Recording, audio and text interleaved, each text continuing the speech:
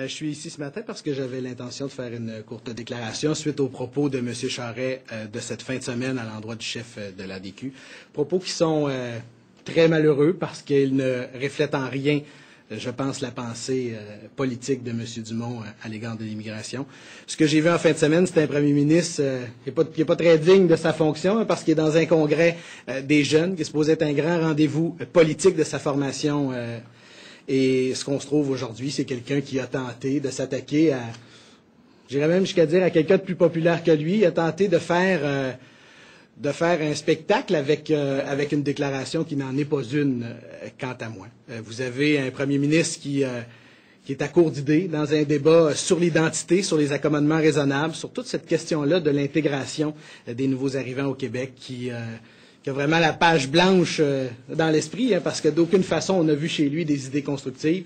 Il a mis sur pied une commission qui va commencer bientôt ses travaux. Alors ce que je comprends, c'est qu'il préfère continuer à jeter de l'huile sur le feu plutôt que trouver des solutions à long terme, des solutions sérieuses et où tout le monde, tous les Québécois, d'où ils viennent, pourront s'y retrouver. Des solutions à quel problème? Bien, à quel problème? Il y a une perception, je pense, dans le cas des accommodements raisonnables, il y avait une perception dans le débat qu'on tenait à l'automne passé et un peu au printemps qu'il y avait deux poids, deux mesures. Il y avait des gens, pour des raisons qui leur étaient personnelles, soit garanties par les chartes ou autres, pouvaient avoir des passe-droits que la majorité des gens n'avaient pas. Et ce que M. Dumont a fait à ce moment-là, je pense, durant toute cette année-là, et ses gestes le prouvent, il a pris ce débat-là de face. Courageusement, il en a parlé alors que les autres ne le faisaient pas. Il a parlé avec conviction, disant qu'il fallait se tenir debout, mais faire une intégration saine, une intégration correcte des nouveaux arrivants.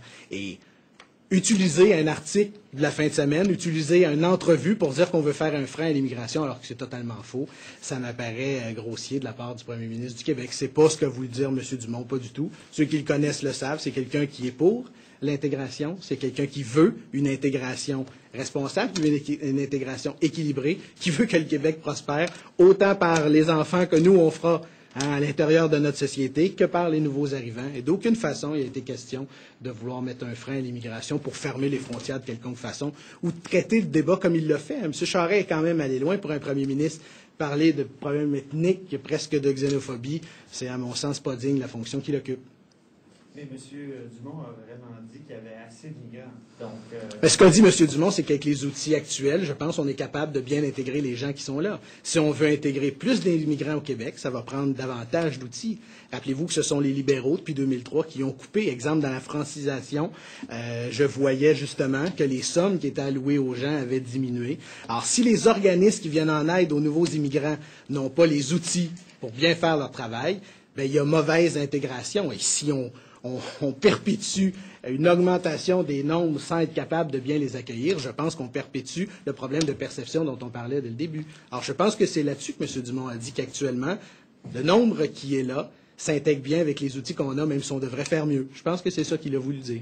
Une bonne nouvelle, c'est qu'on semble constater M. Dumont comme l'ennemi public numéro 1 pour la l'ADQ. Il n'y a pas juste M. Charest qui en écrit en Mario. On l'a traité de voleur d'idées, de dictateur. C'est assez particulier. Écoutez, puis c'est encore une fois, c'est le mot grossier qui me revient à l'esprit. Les idées, M. Dumont le dit régulièrement, parce qu'on accuse souvent les autres de voler les idées de l'ADQ, et M. Dumont le dit à chaque fois qu'il en a l'occasion, les idées, elles appartiennent à tout le monde, dans la mesure où on les lance nous-mêmes dans la sphère publique.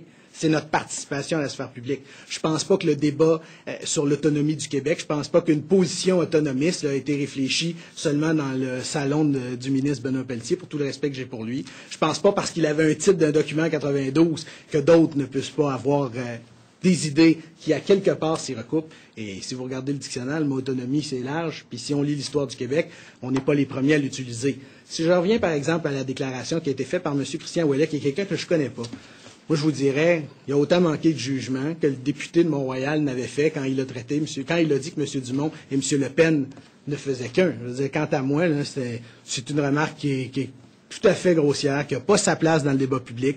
Ceux qui connaissent M. Dumont, on est 41 députés de l'ADQ. Moi, personnellement, ça fait 5 ans que je travaille avec tous les jours. C'est un homme d'écoute, c'est un homme d'idées, c'est un homme de conviction qui s'en laisse pas imposer, mais c'est pas quelqu'un qui nous ferme la porte, c'est pas quelqu'un qui, dans une réunion, nous demande de se la fermer pour pouvoir parler à notre place. Pas du tout, c'est un homme d'écoute, c'est un homme de collaboration, mais c'est un homme de conviction. Et si eux, ils ont un premier ministre qui fait le tapis, ça c'est leur problème. Mais si nous, on a un chef qui a de la conviction, ben nous, on est très à l'aise de travailler avec ça, et jusqu'à maintenant, je pense que les Québécois s'y retrouvent. Donc la dissidence est possible, par exemple, d'être souverainiste à la DQ, comme M. Benjamin? Ben, écoutez, je pense qu'il y a encore là un faux débat. Je veux dire, ceux qui connaissaient M. Benjamin, moi, je le connaissais comme quelqu'un qui avait déjà milité au sein des forces souverainistes. Moi, je n'ai pas été surpris d'entendre dire qu'il l'avait été. Il a été président de la Maison des Patriotes sur la rive sud de Montréal.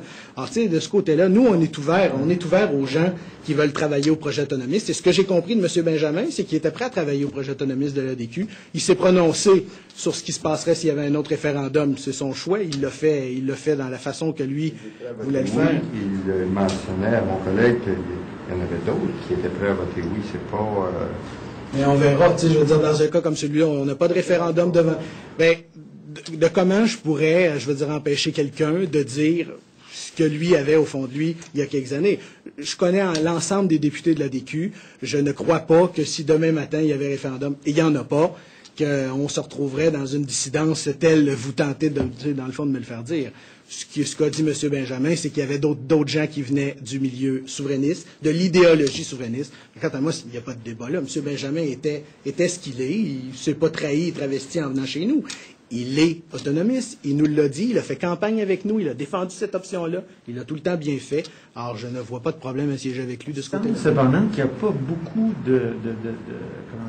d'élus dans votre groupe qui prennent la parole, et c'est ça que M. Charest aussi a fait remarquer. Et on revient à l'expression de la campagne électorale. Les libéraux disaient toujours, la DQ, c'est un one-man show. Ben, écoutez, et on a prouvé que c'était pas le cas. Je veux dire, moi et d'autres, on en est un certain d'exemples. Je veux dire, j'ai fait ma part de médias durant cette campagne électorale-là et jamais j'ai été censuré par personne et on m'a laissé les tribunes que je pouvais prendre. J'ai fait des débats avec d'autres. Je l'ai fait sous l'étiquette de la DQ. Je l'ai fait en compagnie de mon chef et de mon parti. Vous savez, si vous enlevez la partie ministérielle au Parti libéral du Québec, sortez les ministres du caucus et posons-nous la question, qui s'exprime sur la place publique parmi les députés du Parti libéral? Ben, vous verrez personne. C'est peut-être plus difficile dans un contexte où on est un nouveau parti qui n'a pas de ministre chez nous. C'est peut-être plus difficile d'avoir des gens qui s'expriment partout sur les différentes tribunes. Mais discuter d'éducation, François Desrochers sera présent ici. Discuter de municipalité, Martin Camiran sera ici. Et vous avez discuté abondamment de santé. Éric Kerr est venu faire son tour assez régulièrement. M. Taillon est une personnalité plus connue, mais M. Taillon vient également faire son tour, fait le tour du Québec. Je veux dire, moi, je fais de la radio à Québec, au Saguenay, en Outaouais. Moi, de ce côté-là, c'est une vieille remarque de M. Charest. Elle n'a pas collé en campagne électorale. Elle collera quand même pas quand il y a 41 élus de l'Assemblée nationale, de l'ADQ, assis sur les banquettes à travailler. C'est pas vrai. Donc, il y a une espèce de chantage au racisme aussi chez M. Charest. C'est un peu ce que vous dites. Il y a une espèce ce que je comprends, c'est qu'il a décidé de mordre un os. C'était l'ADQ parce que, à défaut d'avoir des idées, il s'est dit, ben là, j'ai trouvé un ennemi. Vous l'avez dit vous-même, hein. Sûrement que M. Dumont fait peur à M. Charest parce que M. Dumont a des idées, M. Dumont les tient debout, M. Dumont les exprime, ces idées-là, hein, puis avec conviction. Alors, vous savez, dans un contexte comme celui-là, on a deux choix, s'effacer ou mordre celui qui est en train de nous passer devant. Son idée assez ambitieuse à M. Charest, là, de faire un libre-échange avec l'Europe ou faire une entente particulière avec les Français, ça, qu'est-ce que vous en pensez? Parce que ça pourrait amener beaucoup d'immigrants francophones au Québec. J'ai vu seulement ce que j'ai entendu durant la fin de semaine. J'ai entendu M. Charest dans des clips télé dire qu'il voulait faire une entrée pour le carrefour de l'Europe. C'est sûrement une excellente chose. Ce que j'ai également vu, par exemple, qui m'a un peu dérangé l'esprit, c'était toute la question des reconnaissances des acquis. Je comprends que le Québec sera capable de dire oui lorsqu'on reçoit un médecin français. On va faire en sorte de l'accréditer, de lui donner la reconnaissance nécessaire pour traiter ici. Mais vous savez que dans le débat actuel, là, nous, on a de la difficulté à prendre les médecins qui sont ici, chez nous, issus de facultés de médecine étrangère pour les faire pratiquer. Et M. Charest, lui, va prendre des ingénieurs d'ici et il va aller les faire accepter en France par le gouvernement français. C'est charrier. On organise la fuite des cerveaux, alors? Peut-être. Peut-être. Mais vous savez, dans un cas comme celui-là, je pense qu'avec le domaine de la santé, c'est un excellent exemple. Avant que M. Charest envoie des ingénieurs travailler en France, il devrait faire en sorte que les médecins étrangers qui sont ici puissent pratiquer dans nos hôpitaux. Je pense que ça serait important.